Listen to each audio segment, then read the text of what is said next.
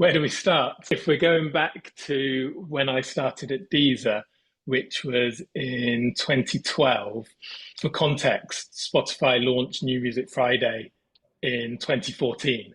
So editorial wasn't even really a consideration. We were kind of trailblazers in our own way at Deezer at that point because we had one editorial playlist called the Deezer 10. Deezer's a French company, and that playlist name works better in French. It's Deezer Deez. But we had one playlist called the Deezer 10, which was updated once a week with 10 new tracks. And that was kind of the extent of our editorial offering. Other than that, we had a banner on the top of the website and tiles on the homepage and things like this. But the playlisting element of streaming was really non-existent at that point. Fast forward a few years and Spotify and other platforms were offering editorial as a real focus. And so at that point, the editorial playlist landscape became a real shortcut to success for artists. And you saw loads of examples of relatively undeveloped artists having enormous hits from sort of 2015, 2016, 2017, 2018, doing hundreds and hundreds of millions of streams purely because a song would perform well in one or a batch of playlists on Spotify. What you saw after that was that the next song often didn't perform quite as well, or that tickets went on sale and there was a bit of a wake-up call. But there was this real sugar rush of sort of streaming success at that point. And then over the next 5, 6, 7 years, bringing us to now, you've seen the editorial landscape grow a bit more fragmented, a lot broader. And the big change that we've seen on platform is the increase in algorithmic streaming, personalized playlists. Your home screen is personalized. Everyone gets a slightly different experience based on their listening habits. So I think you asked about outdated ideas. The idea that a single playlist ad is a major victory now is an outdated one, but it's one that people still cling on to. It's still a key metric for a lot of people. We need to look at it in a bit more of a holistic way. We need to be a little bit broader with that approach.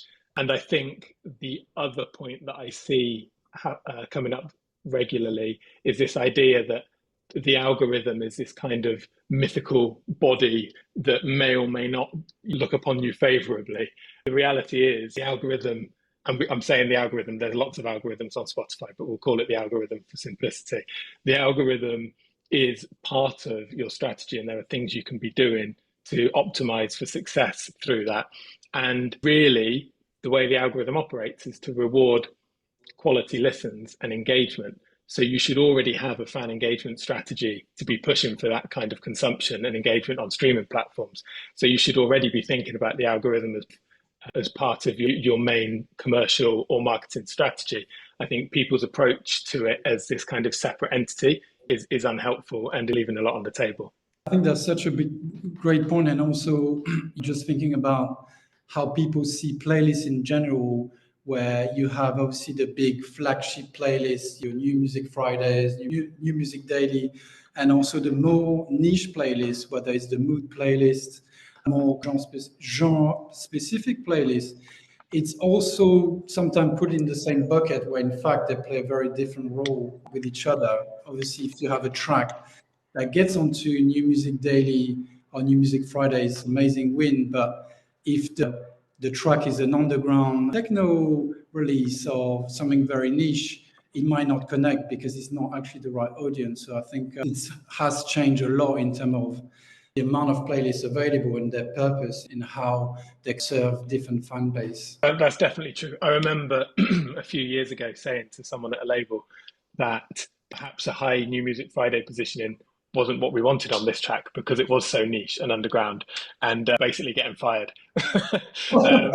because there's still this kind of competitive edge to it and you want that high positioning. But you're right. And I think with a lot of this new wave of personalized playlists that you see on Spotify, so just for clarity on that as well. So you'll have editorial playlists like New Music Friday, where an editor or a group of editors will go through and select the track listing, the running order. That's all done by humans. And then you have personalized playlists where an editor will select a pool of tracks, say 300 or so tracks, and then the algorithm will select from that pool of tracks and recommend them to people based on what they've been listening to before. So with those playlists, you could see yourself get an ad to a personalized playlist with 1 million followers and start popping the champagne and think, this is it, here come the streams. The reality is you might not see that many streams from that kind of playlist initially, but other side of the coin is the streams that you do get from that will be of a higher quality because the algorithm is recommending it to people that have got relevant tastes. So follower count is a really bad way of figuring out how impactful a playlist is going to be.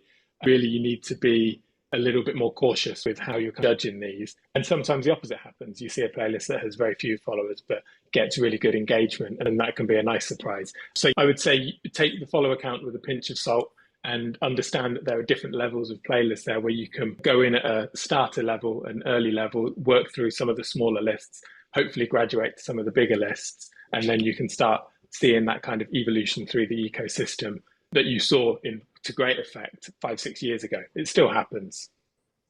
Yeah, no, totally. And I think just in general, there's a lot of data available across Spotify for Artists or other DSPs, and it's often quite difficult to know what actually are the key metrics that are the most interesting and the most important one. In your opinion, what are the 2 or 3 metrics that you find are the one that people should actually look at the most? So I think rather than there being a couple of specific data points that I would say everyone should look at, it's about piecing together all of these various bits of data to understand what's happening across the board. That said, streams per listener in Spotify for Artists is a great one to start off with. If you're coming out of that first weekend on Spotify with 4 or 5 streams per listener, then something's working quite well. You want to be looking at the save percentage and the playlist ad percentage as well in Spotify for Artists. Work that out against the number of listeners that you've got on a track, not the number of streams, and then you'll get quite an accurate picture of how many people, what percentage of people are engaging in a way that shows intent to stream again. And then there's some more, you can get a little bit more creative with it. There's some nice qualitative data you can pull out of somewhere like Spotify for Artists too.